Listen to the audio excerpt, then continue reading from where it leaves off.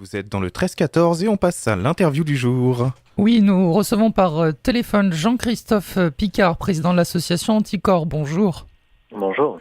L'association Anticorps comprenait Anticorruption, association qui a été fondée en juin 2002 et qui va donc tenir son université ce week-end à Valence.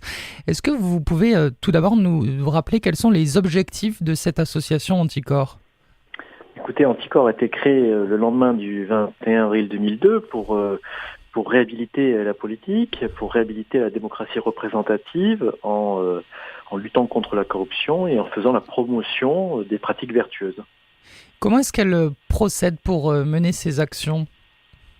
Écoutez, il y a des actions un peu spectaculaires comme les plaintes et les recours qui sont souvent médiatisés, mais nous procédons également par la diffusion de bons comportements, de mesures à mettre en place dans le cadre de conférences débats, dans le cadre d'auditions au Sénat et à l'Assemblée nationale, dans le cadre de remise de prix éthiques et de casseroles, et dans le cadre d'une université annuelle que nous organisons donc à Valence cette année pour justement aborder le thème du lobbying et le thème des grands projets inutiles. On en parlera dans quelques instants. Vous avez connu un premier revers il y a quelques jours avec une plainte classée sans suite. Cette plainte, elle visait notamment les comptes de campagne de plusieurs candidats à l'élection présidentielle de 2017. Donc c'était les comptes d'Emmanuel Macron, de Jean-Luc Mélenchon, de Benoît Hamon et de Marine Le Pen. Comment est-ce que vous avez reçu cette décision ?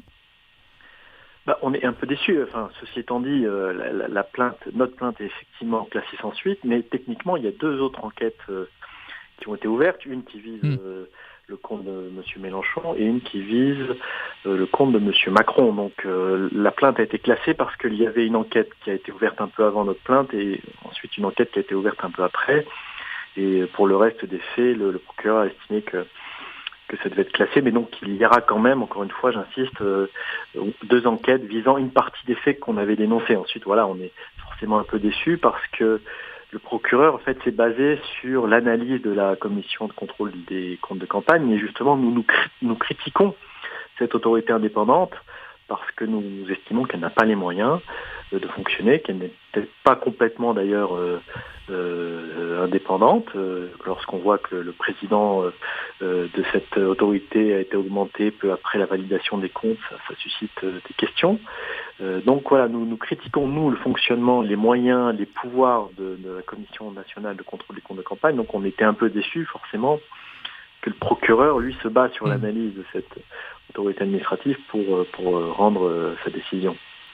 Est-ce que vous avez constaté des améliorations avec les lois sur la transparence de la vie politique qui ont été mises en place notamment en 2013 après l'affaire Cahuzac sous le quinquennat de François Hollande ? Est-ce qu'il y a eu des améliorations ? Oui, il y a quelques améliorations, notamment après chaque scandale, mais c'est pas à la hauteur du problème, du fléau. Il y a eu, déjà, il y a eu comme amélioration le fait que des associations agréées comme Anticorps puissent se constituer partie civile, et c'est le cas depuis 2015, donc évidemment ça nous permet d'agir plus facilement. Avant, on devait se battre pendant des années pour être recevable. Dans l'affaire des sondages de l'Élysée, on s'est battu 3 ans pour déclencher l'ouverture d'une enquête. Donc là, aujourd'hui, avec l'agrément sur un certain nombre d'infractions, nous sommes immédiatement recevables, donc ça nous facilite évidemment la vie. Il y a également eu la création du parquet national financier, qui est une belle invention, la création de la haute autorité pour la transparence de la vie publique, qui fonctionne bien. Voilà, donc il y a des avancées, mais qui sont absolument pas à la hauteur des problèmes, évidemment, et qui ont répondu à des scandales, mais il faudrait une vraie grande loi de moralisation, ce qui avait été un petit peu annoncé par le candidat Macron et qui a été très très décevant. Voilà, donc on attend la prochaine, mais on voit bien que les problèmes sont toujours là. Justement, quel regard vous portez sur l'arrivée d'Emmanuel Macron au pouvoir avec cette nouvelle génération ? On a parlé de bouleversement. Est-ce que vous avez constaté des améliorations ? Alors honnêtement, on pensait que changer les têtes allait changer les pratiques de manière mécanique, mais hélas non.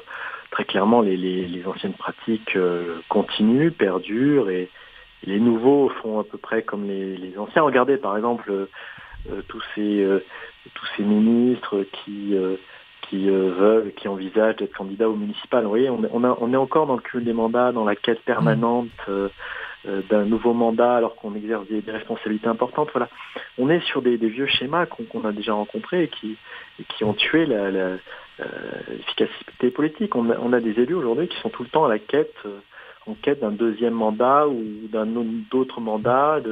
Voilà, on n'a pas des responsables politiques qui se consacrent à 100% à leur fonction. Et vous êtes monté au créneau d'ailleurs il y a quelques jours lors de l'arrivée de Richard Ferrand à la tête de l'Assemblée nationale.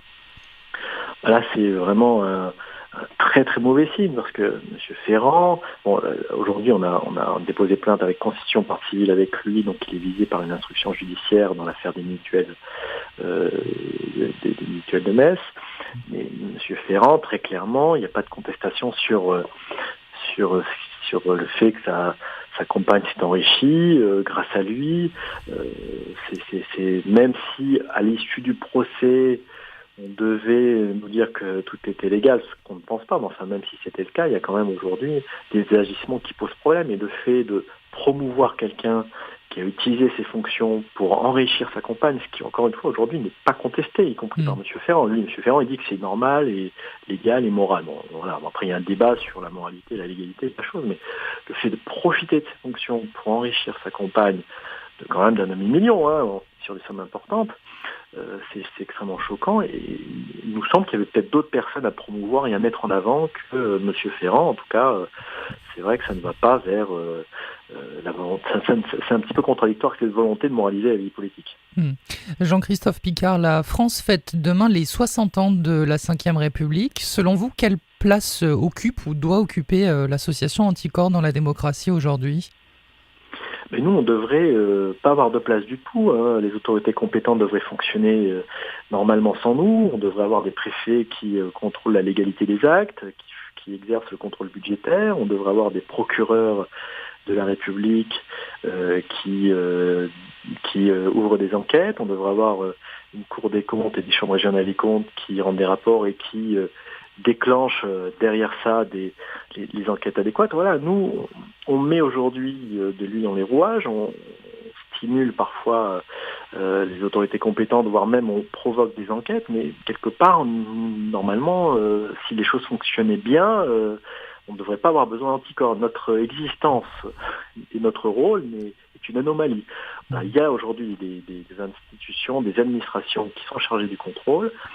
Elles doivent fonctionner sans l'aiguillon des associations. En tout cas, vous existez, vous décernez même chaque année des prix éthiques et à l'inverse des casseroles. Est-ce que vous pouvez nous parler de cette cuvée 2018 que vous avez récompensée ? Oui, l'idée c'est de ne pas être dans le tous pourri, c'est de montrer qu'il y a des journalistes, des élus qui sont courageux et qui montrent l'exemple. Je crois que plutôt que de toujours stigmatiser les élus défaillants, il faut aussi de temps en temps récompenser les élus qui sont au contraire courageux, parce qu'on est sur des thématiques où il faut un certain courage pour dénoncer la corruption, la fraude fiscale. On est souvent seul et mal vu. Cette année, par exemple, on a récompensé les frères Wauquiez, un sénateur et député qui depuis longtemps s'engageait contre la fraude fiscale et qui avait proposé la suppression du verrou de Bercy, qui avait d'ailleurs été supprimé par le Sénat au moment de la loi pour la confiance dans la vie politique, mais qui avait été rétabli ensuite par l'Assemblée nationale, avec d'ailleurs à l'initiative des députés d'En Marche. Donc on a voulu récompenser cet élu et ce sénateur. Et par contre, on a attribué une casserole à Jean-Jacques Urvoas pour de multiples raisons, notamment le fait qu'il ait fait fuiter certaines informations concernant un de ses amis. Ancien garde des Sceaux. L'université d'Anticorps se tiendra ce week-end à Valence. Le thème de cette année, c'est pourquoi l'intérêt général n'est pas toujours prioritaire. Pourquoi ce thème cette année ?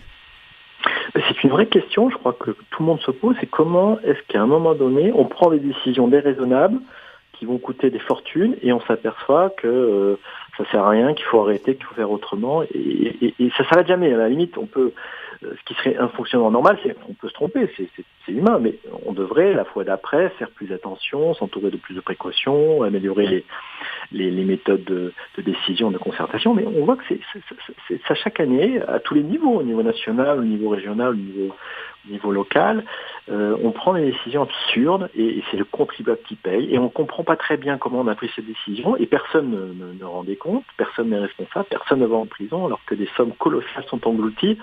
Alors il y a sûrement des éléments de réponse, le rôle des lobbies, peut-être le rôle des experts, pas toujours indépendants, le rôle des élus, le rôle aussi de la méthode de décision qui est peut-être pas non plus complètement satisfaisante. Voilà, on va essayer justement de comprendre comment on peut, et c'est quand même très français, se lancer dans des projets déraisonnables et on s'aperçoit qu'on a gaspillé l'argent public pour rien. Avec une partie donc réservée aux adhérents et donc des tables rondes qui sont ouvertes au public. Absolument, voilà. Les tables rondes seront ouvertes au public et on va aborder donc le thème de comment les lobbies font la loi et pourquoi la France se lance-t-elle dans de grands projets inutiles. Je remarque que ces thèmes sont un petit peu, enfin en tout cas sur le thème du lobby, c'est un petit peu écho à la démission de Nicolas Hulot qui a eu des mots très forts et qui a dit mais qui gouverne, qui a le pouvoir en France? Donc on voit bien que notre préoccupation n'est pas une préoccupation du hurluberlu, c'est une préoccupation y compris des ministres comme Nicolas Hulot qui comprend bien que le poids aujourd'hui des lobbies est absolument anormal et qu'il faut aujourd'hui identifier ce poids et trouver les ripostes nécessaires. D'ailleurs, c'était un engagement du candidat Macron, c'était engagé à encadrer justement l'activité des lobbyistes.